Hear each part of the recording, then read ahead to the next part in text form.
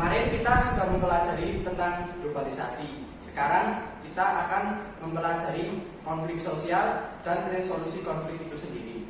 Materinya tadi pagi sudah saya share di HP masing-masing, silakan buka.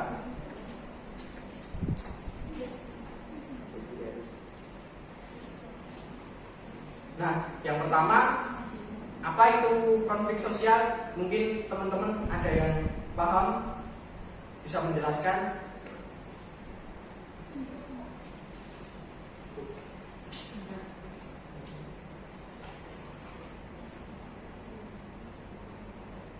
Nah, kalau nggak ada yang paham, konflik sosial adalah sebuah proses sosial antar individu atau kelompok yang mencapai sebuah tujuan, dan untuk mencapai tujuan itu dilakukan dengan menentang pihak lawan yang dapat disertai kekerasan. Itu adalah pengertian dari konflik sosial menurut George Sukanto. Nah, yang selanjutnya ada bentuk konflik sosial.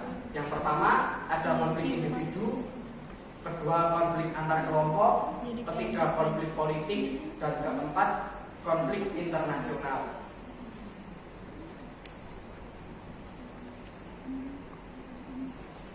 Selanjutnya lagi ada dampak dari konflik sosial. Yang pertama ada dampak positif, yaitu memperkuat solidaritas internal kelompok, mendorong terjadi perubahan sosial untuk menghilangkan kesenjangan di masyarakat dan mendorong masyarakat lebih dinamis. Dan konflik itu juga menimbulkan dampak negatif sendiri, yaitu kondisi sosial masyarakat tidak teratur, mengancam nilai norma yang sudah terbentuk di masyarakat, dan hilangnya kontrol sosial. Nah, sampai sini ada pertanyaan mungkin? Kalau nggak ada pertanyaan, saya yang tanya.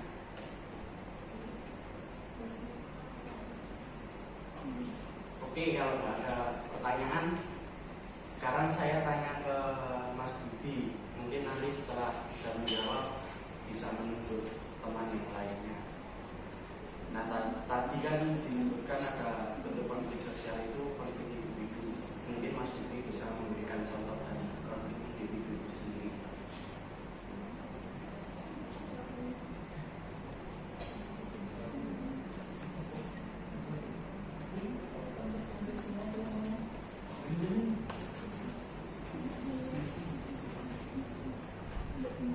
Silakan jawab. Konflik individu contohnya ketika saya berantem dengan teman, Ya, itu merupakan konflik individu. Konflik individu merupakan konflik antar perseorangan. Nah, selanjutnya Mas Budi bisa menunjuk temannya untuk menjawab. itu aja. Ya Pak, tadi ada konflik antar kelompok, sebutkan contohnya dan jelaskan konflik antar kelompok itu bagaimana Mas Salim. Ya Pak, konflik antar kelompok berarti konflik antar suku, berarti kelompok dengan kelompok Pak. Contoh kasusnya yang pernah terjadi di Indonesia ada konflik hampir, contohnya dari itu konflik antar suku yang didasari oleh suatu permasalahan. Terus ada konflik kendeng. Baik Mas Salim.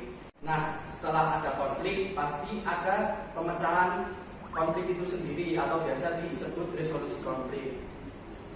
Resolusi konflik menurut Prof. dan Randolph ada 3. Yang pertama sendiri ada konsiliasi, yaitu pengendalian konflik tanpa menggunakan pihak ketiga dan berdiskusi dengan semua pihak yang terlibat untuk mencapai kesepakatan. Yang kedua, pengendalian konflik ada mediasi, yaitu menggunakan pihak ketiga seperti ahli atau lembaga ataupun tokoh sebagai mediator, tapi bukan pemberi keputusan. Nah, selanjutnya ada arbitrasi, yaitu resolusi konflik dengan kedua belah pihak sepakat mendapat keputusan akhir bersifat legal dan arbiter sebagai jalan untuk menyelesaikan konflik. Nah, mungkin ada pertanyaan setelah mendapat penjelasan materi tentang ini. Pak, ya, Mas Budi silakan. Kenapa harus ada resolusi konflik? Nah, kenapa sih harus ada resolusi konflik? Karena hal ini untuk memecahkan suatu konflik agar tidak terjadi lagi atau tidak terulang lagi. Mungkin begitu Mas Budi. Pak, mau tanya Pak. Silakan Mbak Bisa. Kalau konflik antar suku tadi itu lebih baik itu diselesaikan dengan apa ya Pak? Nah, untuk konflik antar suku itu tadi mungkin bisa menggunakan mediasi atau menggunakan pihak ketiga, karena hal itu digunakan sebagai penengah antara satu suku lain dengan lainnya untuk mencapai sebuah kesepakatan yang mungkin bisa digabung menjadi satu agar tidak terjadi masalah itu kembali. Mungkin begitu Mbak Risa. Oh iya, terima kasih Pak. Mungkin ada pertanyaan lagi? Halo. Cukup Pak. Cukup. Nah, sekarang saya bentuk dua kelompok. Yang pertama, kelompok 1 Mas Ale dengan Mas Budi memecahkan masalah konflik sapik, dan Mbak Syarafina dengan Mbak Risa memecahkan konflik Dieng dengan menggunakan resolusi konflik yang sudah saya terangkan tadi. Monggo silakan berdiskusi. Iya, tidak.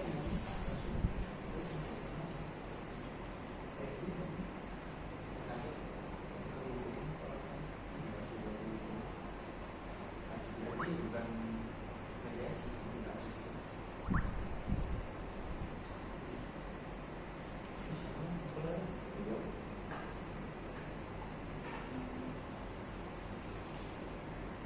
Selesai Pak. Ya, mungkin sudah cukup waktunya untuk berdiskusi. Gimana hasil diskusi dari kelompok 1? Dari kelompok 1 Mister. Dari kelompok 1 tadi sudah sedikit baca-baca terkait konflik konflik itu kan konflik yang terjadi antara suku kayak Samping dengan suku Madura. Nah, mungkin salah satu cara penyelesaiannya yaitu dengan menggunakan adjudikasi atau dengan dibawa ke ranah hukum secara formal, lalu bisa juga dilakukan dengan cara mediasi, di mana kedua belah pihak dipertemukan dengan kelompok mediator bisa datang dari pihak pemerintah atau lembaga swadaya masyarakat. Terima kasih penjelasannya Mas Budi. Monggo silakan kelompok 2. Kawasan saya apa betul? Panggil Dieng kan masih mengerti. Panggil Dieng ya. Silakan mempresentasikan sedikit hasil diskusi dari kelompok 2. Jadi untuk penyelesaian dari kasus ini adalah dengan cara mediasi. Mediasi. Kok bisa menggunakan mediasi? Kenapa Pak? Ya karena ini ada permasalahan yang melibatkan dua pihak, jadi harus ada pihak ketiga untuk menyelesaikan masalah ini. Baik, saya terima penjelasannya.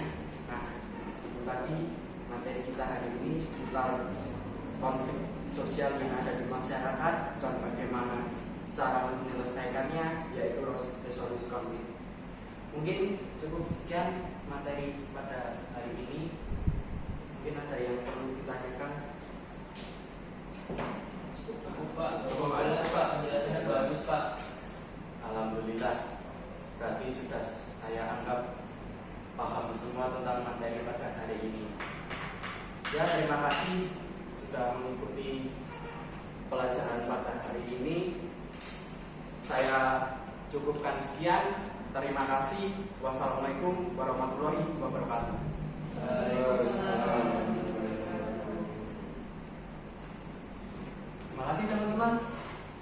siang, selamat beristirahat. Yang Siang.